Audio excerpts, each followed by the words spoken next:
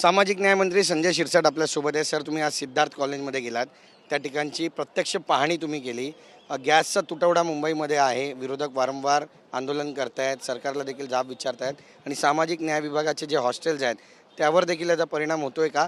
आणि जे गोरगरीब तिकडे शिकतायत त्यांची जेवणाची आबाळ होते का? तुम्ही स्वतः प्रत्यक्ष पाहणी केली, काय तुमच्या निदर्शनास आलं, काय तुम्ही निर्णय घेतलाय?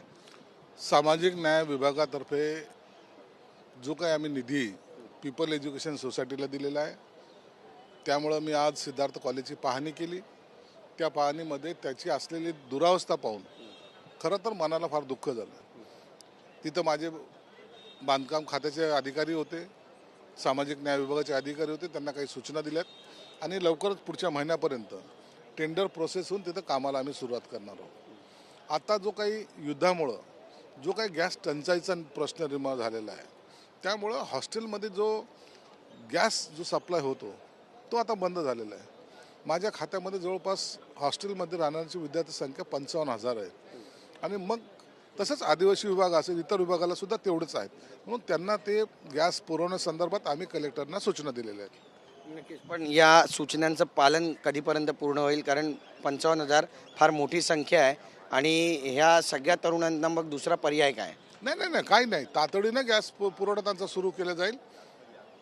जो व्यापारी तत्वावर जो गॅस विकला जातो तो त्यांना त्याच्यातून ह्या हॉस्टेल्सला बाहेर काढलं जाईल. त्यांना स्पेशली त्यांच्यासाठी गॅस पुरवठा करण्याच्या सूचना हे कलेक्टर स्वतः त्या जिल्ह्याच्या लेवलच्या अधिकाऱ्यांना देतील. पण याची जोडणी कशा पद्धतीनं केली जाणार आहे आणि जुळवाजुळव कशी होईल? कारण की कमर्शियल गॅस पूर्णपणे बंद ठेवण्यात आला आहे, अशा बातम्या येत आहेत, अशी माहिती मिळते. हॉटेल्सला देखील सप्लाय बंद आहे. नाही, कमर्शियल गॅस पुरवणाऱ्या काही जी एजन्सी आहे त्यांच्याकडे आता स्टॉक आहे.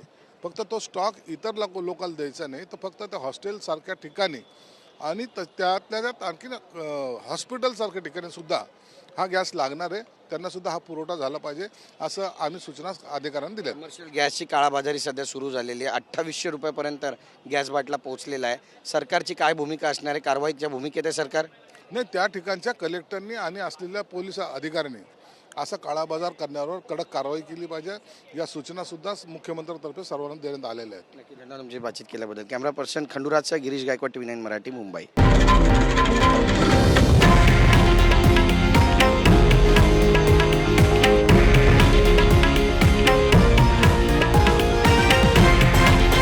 हे आहे देशातील नंबर 1 न्यूज नेटवर्क आणि आपण पाहत आहात TV9 मराठी, एकमेव.